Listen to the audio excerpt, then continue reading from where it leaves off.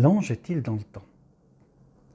Cette question n'est pas la plus importante qui soit, mais il peut être intéressant de l'étudier en vue d'un contact plus simple avec notre ange, notre intime. Si nous regardons les dimensions par ordre croissant, nous avons d'abord la droite, où l'on peut avancer, reculer. C'est la dimension 1. En dimension 2, sur un plan donc, nous pouvons avancer et reculer, mais aussi aller à droite et à gauche. En 3D, nous ajoutons la possibilité de monter et de descendre. Et en 4D, impossible de le connaître de par notre nature terrienne. Nous pouvons quand même tenter une analogie qui nous éclairera. Imaginons-nous vivre dans un espace à 2 dimensions.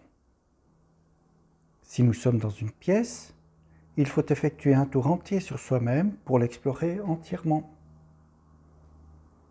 Si un cercle se trouve sur notre chemin, il nous apparaîtra sous forme de segments. Si nous arrivions à utiliser la 3e dimension, cela nous élèverait. Nous pourrions alors voir la pièce en un regard. Nous pourrions même observer l'intérieur du cercle. Si nous revenions en 2D et devrions expliquer ceci à un collègue tout plat, nous lui dirions que nous avions une vue à 360 degrés sur la salle et que nous voyions même à l'intérieur des objets. C'est ce que nous racontent les personnes ayant vécu une expérience de mort imminente. Passons au temps qui, lui, nous paraît être en 1D.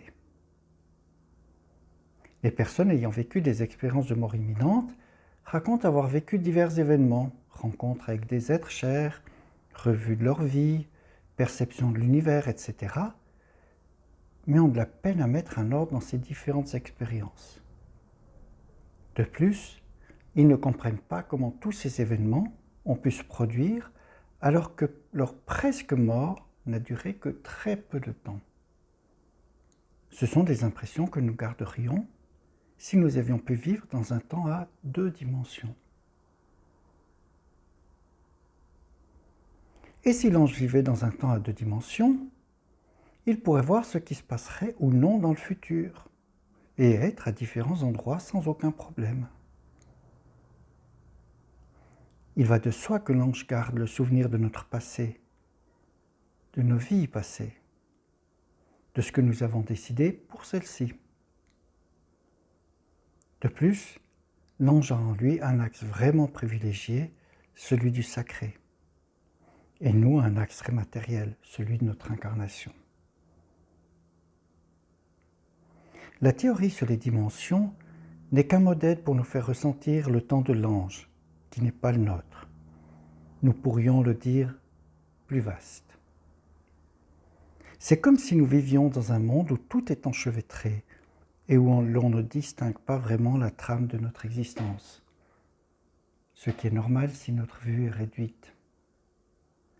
L'ange a une vue plus complète sur notre périple terrestre, une vue d'ensemble que nous n'avons pas. Même s'il ne perçoit pas tous les arbres de la forêt, son feuillage peut se mêler à n'importe quel autre. Et il perçoit au-dessus de lui le soleil, le sacré. Sacré qui nous invite à ressentir avec lui.